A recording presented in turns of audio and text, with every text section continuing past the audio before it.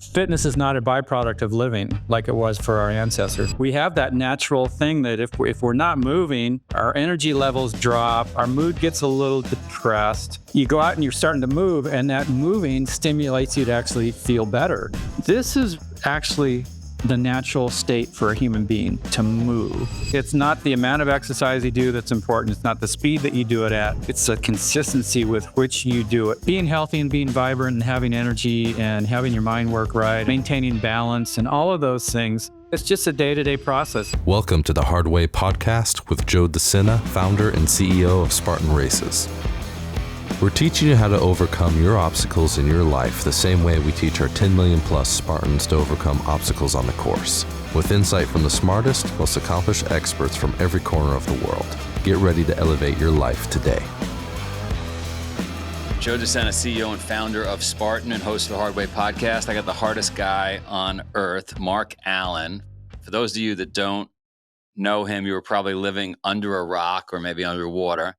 This guy is the triathlon king. Is that a fair description? The king of triathlon? Well, I don't know. There's been a few eras. My era, I did pretty good. So, yeah. They've written books. They've done movies. I mean, this guy is a man. You're like the Marlboro Man of triathlon. Just badass. Yeah, I was in the sport at a really cool time because triathlon was developing, Ironman was developing. There was this real buzz and excitement about it. It was back in the day where it's like, can we really do that? You know, can a human being do that? And at first it was just like, okay, the winner is going to be the one that slows down the least. You know, it was kind of like a survival contest. And then in 1989, when Dave Scott and I kind of had our epic side-by-side battle, racing each other for literally 8 hours before I was finally able to pull away on the last, just over a mile to go to the finish. All of a sudden the light bulb goes on, like, holy shit, people can actually race this from start to finish. And it really, I think that one race kicked it into the modern era of what we're seeing now with, technological developments and shoes and nutrition and just these guys. Like, when I was competing, the mythical barrier was 8 hours. That was like our 4-minute mile. Like, can a human being go under 8 hours at the Ironman in Kona? They were asking that. And, we all knew that you could, but we just had no idea when it was going to happen. Fast forward to last year's Ironman, Patrick Lange won it in Kona. He went under 8 hours and he had to beat 15 other guys who went under 8 hours. I mean, mind blowing. 16 guys went under 8 hours last year. So like any sport, you go as fast as you are capable of with the knowledge and the technology that you have. And then as that develops and as the whole sport develops, things just kind of keep perfecting. My mom got into the health and wellness lifestyle back in the 70s. She found yoga through a yogi who believed in long distance running, meditation, yoga, became vegan, chanting in the living room, orange robes. I remember her fasting for 30 days on water. Like, they were doing crazy stuff. And so you're right. When you were pushing the boundaries with triathlon, like how far could somebody go? And I remember seeing a Discovery research show where they followed adventure racers, and what they found, and tell me if you think this is correct, but at least for a period of time, and I think this was 4 or 5 days, on very little sleep, on very little food, on enormous effort, they found that the body actually became more efficient. It had to. It's like, get better or die. And maybe it wasn't at the pace that you were at during those 8 hours, but it was still an incredible pace. Although, you did say like all the gadgets, the biohacks that we're seeing today. But on the other hand, I'm hearing a lot about recovery. Recovery from what? From sitting on the couch? Like, what do we need recovery from? like we're so much weaker, when you look at the masses as a society than we were in the 1700s. I don't know. What are your thoughts on that? A number of years ago, I saw a photo of some U.S. Navy guys in World War II, and they were all standing on the deck, and they all had their shirts off, and there was not one of them that was fat. They were all super lean and thin and strong and sinewy looking. You walk through the average American airport today, you might be lucky to see one person who even comes close to that. And so, for sure, as a society, we've gotten less fit. We don't have the same physical resilience, I don't think, that we used to have, a long time ago. And part of it is just that our lifestyle has become physically simpler. Labor jobs are not labor jobs anymore. Machines have taken them over, all that kind of stuff. Fitness is not a byproduct of living like it was for our ancestors. And so we actually have to go out and make time and do it and make that a sort of priority. And so as far as, when you're talking about recovery, it depends on the stress that you're putting yourself under. If somebody's hanging out on the couch and they do 10 minutes of 5-pound weight curls or whatever, there's not a lot of demand on the body, so there's not a lot of demand for recovery. But if somebody's doing something like, I ask you what you're most proud of, and you said it was doing the Iditarod, 15 days of up there, that's a demand on your body. And so it's not like you can just get up the next morning and go, okay, let me do that again. You're still having a little PTSD over that. So it depends on the level. And I think recovery is the hand, you got the hand in the glove of everything. The training is the part that breaks down the body. Obviously, the recovery is when you actually get stronger from it. So if you actually look at somebody after a really hard workout, they're going to be a little bit weaker than they were before they started it. However, the next day after they recovered, or 2 days, or however long it takes, that's when you see that gain in strength or endurance or neurological patterning that they were working on. I agree with all that. I'm just afraid. I believe the human brain is designed to avoid work, right? Because work was dangerous. Going out in the cold was dangerous. Getting too close to the ledge was dangerous. So our brains, our legacy brains, our ancestral brains are constantly kicking off circuit breakers to not do the work. So there's a general discussion, certainly in the United States, around, like, we're talking about recovery too much when not everybody's doing the kind of work you were doing when you were training for, you know what I mean? There's a lot of biohacking nonsense that, like, just go out and carry a rock, go out and bike for 5 hours, go do something before we start talking about what you're recovering from. So much of our hardwiring is, like you said, it's genetic and it's designed for survival. And so, if you go back to ancient times, the only time people were like sitting around doing nothing was in the middle of winter when there was no food. Like, there's not a lot of food out there. You don't want to be super active because you'll starve to death. And so we have that natural thing that if we're not moving, our energy levels drop, our mood gets a little depressed, and then, like our ancestors, when spring came and there's like food and fruit and stuff's growing, you go out and you're starting to move, and that moving stimulates you to actually feel better. And this is all, like you said, it's hardwired for survival. And so we've got to kind of think about that when we're talking about what's our day to day. If we're sitting around all day long, our ancient genetics are saying, oh, there's no food, I better get depressed and have no energy, and when we go out and we work out, our ancient genetics are saying, hey, there's abundance and I want to be part of that abundance. And so you have energy and you have a better mood. It takes a little bit of time to make that switch. And I learned this myself the hard way. So like when I was training and my basic lifestyle, I'm always moving. I'm always doing something. I'm surfing. I'm doing strength training. I'm doing functional movement stuff. But every now and then I get into a period where my work is really busy. I'm traveling a lot. My workouts drop off. My fitness starts to fall. And I went through this just after COVID, when just things started to pick up again. All of a sudden, my time wasn't my time. And I had about a 3-month period where my workouts were very spotty and irregular, and my fitness dropped. Okay. And then finally I said, that's enough, And so then I said, I'm back on regular day to day. And so I went out and I started out and I went for a run. The second I picked up my pace, I was like, ooh, this doesn't feel good. And I wanted to slow down, and I go, okay, well, tomorrow I'm going to get on my stationary bike. That'll feel good too. And so I got on the stationary bike and I started going. And the second I picked up the effort, I'm like, this doesn't feel good. It kind of, my body doesn't like this. And I'm thinking, what has happened?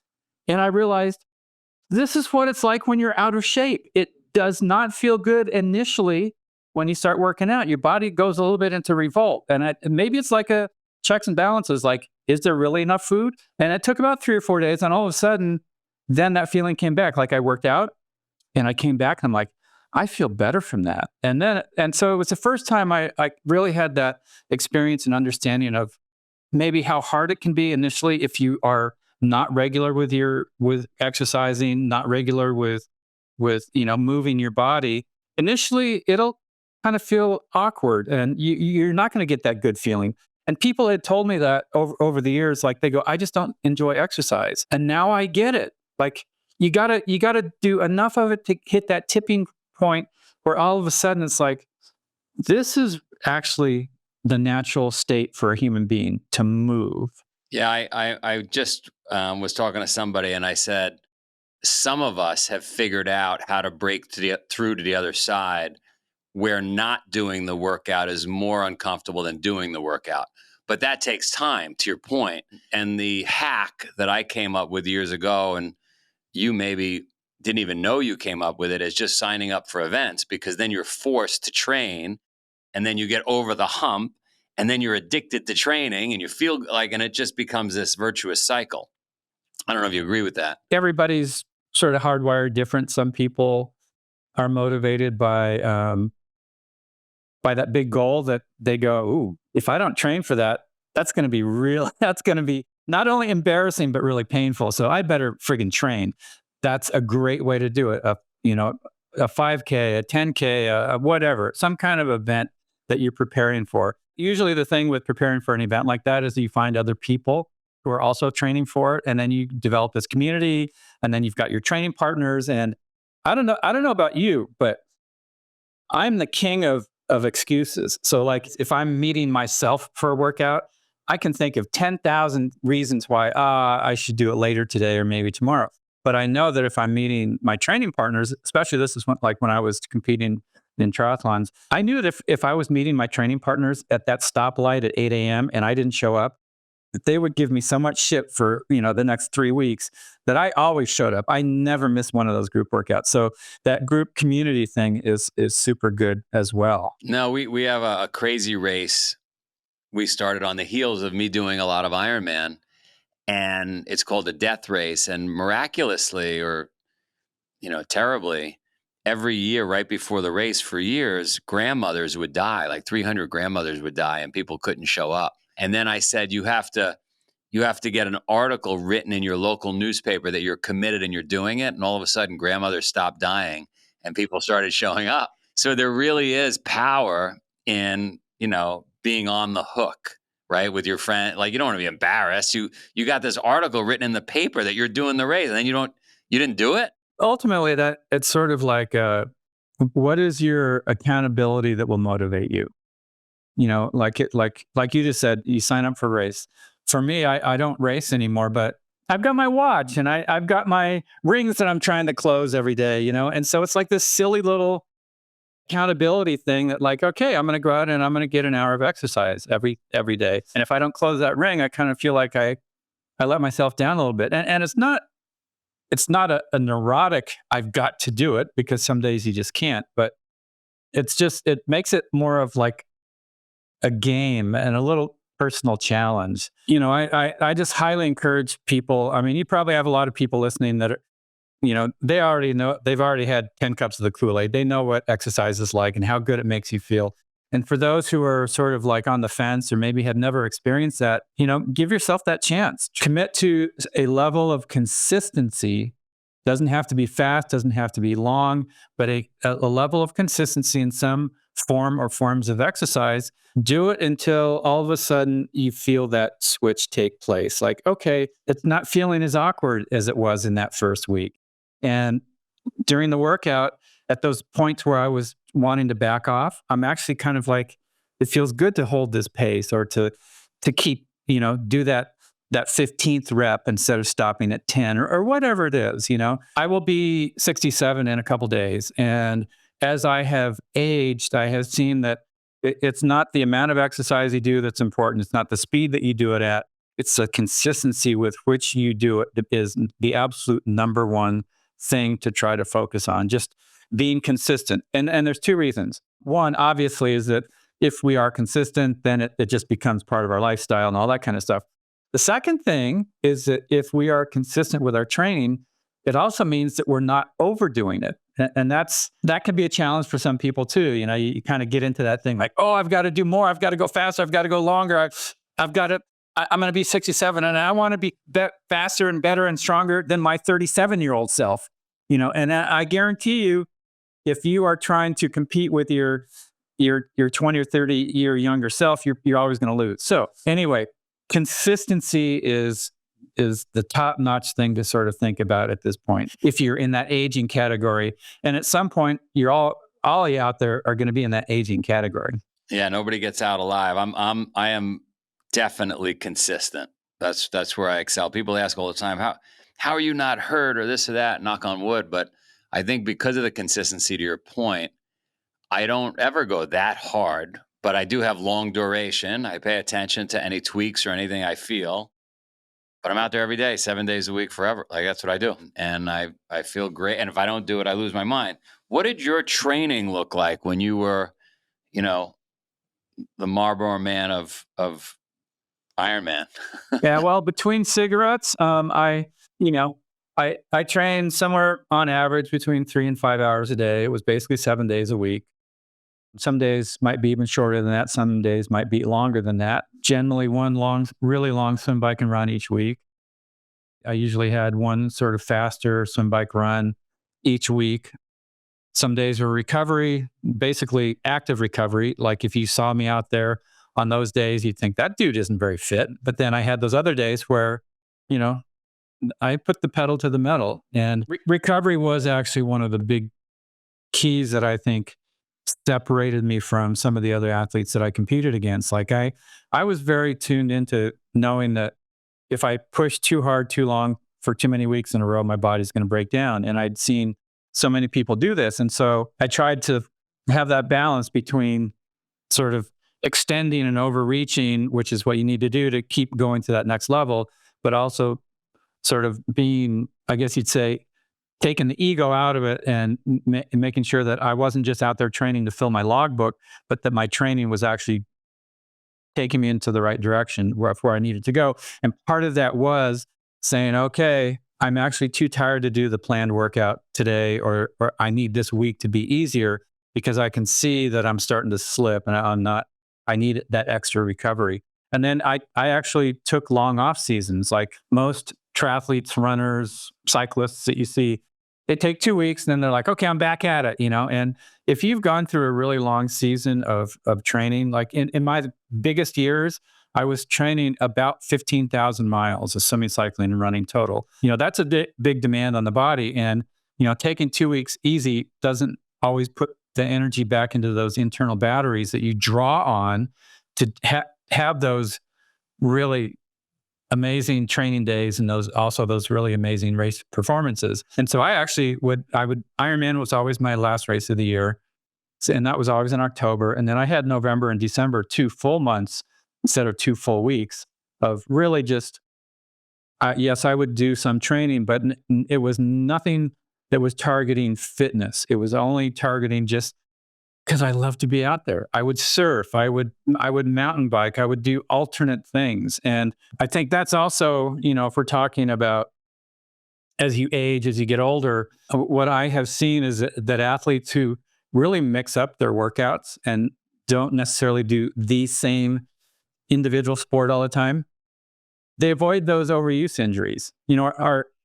And I'm sure you've experienced this, like our bodies are not, they're not put together symmetric. So you might have a hitch in your get along, And so if let's say you're a pure runner and that little hitch doesn't show up as anything when you're younger, but over the decades, you kind of start to dig a ditch on one side. And all of a sudden that ditch gets so deep that you get injured. But if you run and you're digging that ditch, but then you're also cycling and then you're also swimming, you generally don't dig those imbalances too deep. And so you usually can avoid getting those overuse injuries that, let's say, individual sport people can experience. So I mix it up all the time. I mix up between, I live in Santa Cruz, California. I love surfing. I've done that since I was a kid. So I'll surf, I'll do stationary bike work. I have a tonal system set up in my house. So I do that for strength training. I'll do just pure body core work. I'll walk. By the way, I like the tonal system. You like it? Game changer for me. One, I don't have to go to a gym. Two, they've got amazing workouts on there. Three, you can customize anything you want. And it takes no time to get a great workout. No, I love it. And mixing it up is good. Like I said, I have a little bit of an addiction problem when I get on one particular workout. I just do it over and over until I burn myself out. But that's better than staying in the bed, How do people find you? Where can we get some more tips from the Marlboro Man? You can always email me if you got questions, mark@markallensports.com. I do triathlon coaching on a platform called tridot.com. So you can find me there. I have a premium level where I do hands-on with people, and a slightly lower level is called Legends. And that's a great offering. And it's just great guidance. When I was competing in triathlon, at that point, there were no coaches who knew more than we did as athletes, because we were groundbreaking. We were the ones who were finding out what works and what the mistakes were. And nowadays it's great because you can utilize a coach to help you avoid those pitfalls, to really accelerate your learning curve, and to just have a much better experience, and to have that sort of accountability piece out there, like, okay, I'm going to do this Olympic distance race next summer. I don't really know quite what I'm doing, but I'm just going to swim, bike, and run on my own. Well, that's great.